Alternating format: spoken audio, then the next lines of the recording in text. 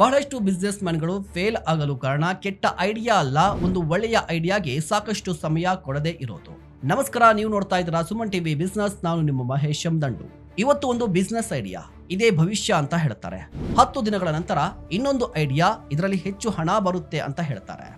1 ತಿಂಗಳ ನಂತರ ಮತ್ತೊಂದು ಬಿಸ್ನೆಸ್, 6 ತಿಂಗಳ ನಂತರ ಮತ್ತೊಂದು ಪ್ಲಾನ್. ಹೀಗೆ ಬಿಸ್ನೆಸ್ಗಳು ಬದಲಾಗ್ತಲೇ ಇರ್ತವೆ, ಆದರೆ ಫಲಿತಾಂಶ ಮಾತ್ರ ಶೂನ್ಯ.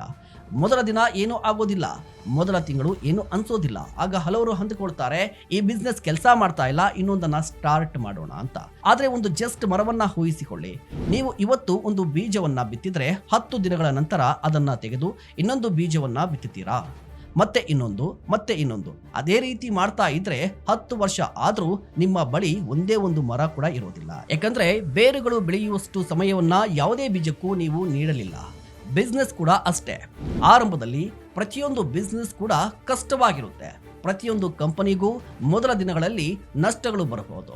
ಪ್ರತಿಯೊಂದು ಬ್ರ್ಯಾಂಡ್ಗೂ ಬೆಳೆಯಲು ಟೈಮ್ ಬೇಕಾಗುತ್ತೆ. ಆದರೆ ನೀವು ತಾಳ್ಮೆ ಕಳೆದುಕೊಳ್ತಾ ಇರ್ತೀರಿ. ಹೊಸ ಐಡಿಯಾ ಕಾಣಿಸುತ್ತೆ, ಮತ್ತೆ ಅದರ ಹಿಂದೆ ಹೋಗ್ತೀರಿ. ನಿಧಾನವಾಗಿ ನಿಮ್ಮ ಬಳಿ ಪೂರ್ಣವಾಗದ ಪ್ರಾಜೆಕ್ಟ್, ಮಧ್ಯದಲ್ಲಿ ನಿಂತು ಹೋದ ಕಂಪನೀಸ್, ವ್ಯರ್ಥವಾದ ಇನ್ವೆಸ್ಟ್ಮೆಂಟ್, ಬೇಸತ್ತ ಎಂಪ್ಲಾಯೀಸ್, ನಂಬಿಕೆ ಕಳೆದುಕೊಂಡ ಇನ್ವೆಸ್ಟರ್ಗಳು ಮಾತ್ರ ಉಳಿತಾರೆ.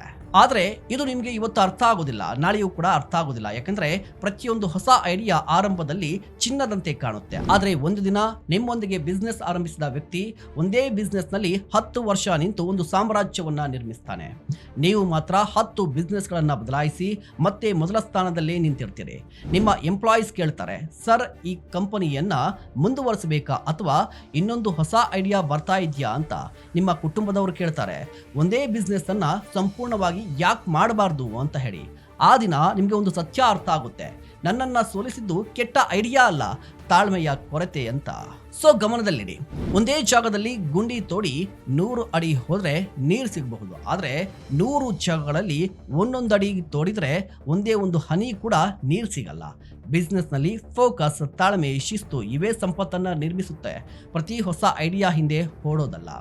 ಗಮನದಲ್ಲಿಟ್ಕೊಳ್ಳಿ, ಸಾಮ್ರಾಜ್ಯಗಳು 100 ಐಡಿಯಾಗಳಿಂದ ನಿರ್ಮಾಣ ಆಗೋದಿಲ್ಲ. ಒಂದು ಉತ್ತಮ ಐಡಿಯಾವನ್ನ ವರ್ಷಗಳ ಕಾಲ ನಂಬಿ ಅದರ ಮೇಲೆ ನಿಂತುಕೊಂಡವರೇ ಸಾಮ್ರಾಜ್ಯವನ್ನ ನಿರ್ಮಿಸ್ತಾರೆ. ನೀವೇನು ಹೇಳ್ತೀರಾ? ದಯವಿಟ್ಟು ಕಮೆಂಟ್ ಮಾಡಿ. ಇಂತಹ ಮತ್ತಷ್ಟು ಕಂಟೆಂಟ್ಗಾಗಿ ನೋಡ್ತಾ ಇರಿ ಸುಮನ್ ಟಿವಿ ಬಿಸ್ನೆಸ್.